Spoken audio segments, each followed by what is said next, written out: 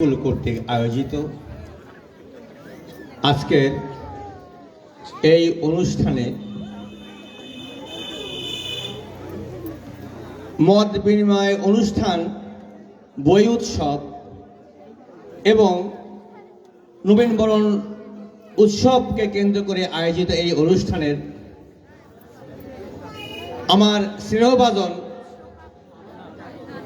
রশিদুল হাসান সভাপতি, অধ্যক্ষ, সরকারি টিচার্স ট্রেনিং কলেজ ও অধ্যাপক। আর উপস্থিত আছেন আমাদের প্রধান অতিথি প্রফেসর মোহাম্মদ মোস্তাফিজুর রহমান, উপাধ্যক্ষ, সরকারি ইসলামিয়া কলেজ। উপস্থিত মঞ্চের সামনে উপবিষ্ট বিভিন্ন গ্রাম থেকে আগত সুধীবৃন্দু এবং বিভিন্ন অভিভাবকবৃন্দ এবং আমার স্নেহের কচিকাঁচা ছাত্রছাত্রীবৃন্দ। আমি সাধন কুমার রায়, আমি সদ্য অবসরপ্রাপ্ত। আমি 31শে ডিসেম্বর গান্ধাইল রতন গান্ধী আলী আহমেদ উচ্চ বিদ্যালয় থেকে 40 বছর চাকরি করে অবসর গ্রহণ করেছি। সেখানে অবসর গ্রহণ করে আজকে আমি এখানে হাজির হয়েছি এই বিদ্যালয়ের প্রধান শিক্ষক হিসাবে। তো আমার এই স্কুলের যিনি পরিচালক, যিনি প্রতিষ্ঠাতা এম মোকলেস, তিনি একজন সহজ সরল ছেলে। এই এলাকায় শিক্ষার আলো ছড়িয়ে দেওয়ার জন্য তিনি যে উদ্যোগ নিয়েছেন, যেন আমি তাকে জানাই আমার অন্তরের অন্তঃস্থল থেকে আন্তরিক অভিনন্দন এবং মোবারকবাদ। আমি কথায় না, আমি কাজে বিশ্বাস করি। কাজের মাধ্যমে হবে তার বাস্তব প্রতিফলন।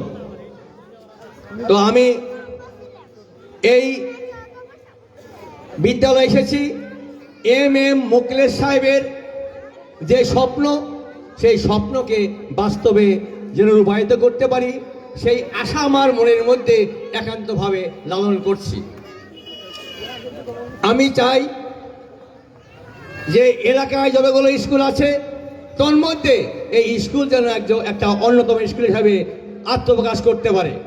আমি কয়েকদিন আগে শেরপুরে সামিট স্কুলে গিয়েছিলাম। সেই সামিট স্কুলের যে পরিচালক, যিনি মালিক, তার সঙ্গে আমি কথা বলেছি। তিনি বললেন যে আমি মাত্র 13 জন শিক্ষার্থী নিয়ে এই স্কুল শুরু করেছিলাম। আজকে সেই স্কুলে 4000 ছেলেমেয়ে। সেই স্কুল থেকেই সে তার স্কুলের অর্থায়নে সে অনেকগুলো বিল্ডিং করেছে। তা আমার মনের মধ্যে একান্ত আকাঙ্ক্ষা, যতদিন বেঁচে থাকবো, যদি আমি এখানে থাকি, আমি এই বিদ্যালয়কে যেন আমি ওই অবস্থায় নিয়ে যেতে পারি।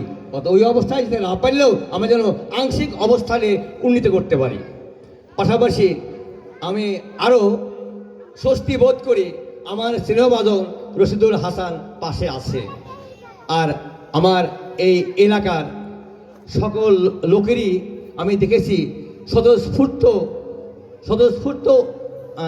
আত্মপ্রকাশ, যে স্কুলটা ভালো চলুক, ভালো হোক। যা হোক, আমি আগেই বলেছি আমি কথায় না, কাজে বিশ্বাসী। আমি কাজের মাধ্যমে প্রমাণ করব যে এই স্কুল সত্যি একটা অন্যতম মডেল স্কুল।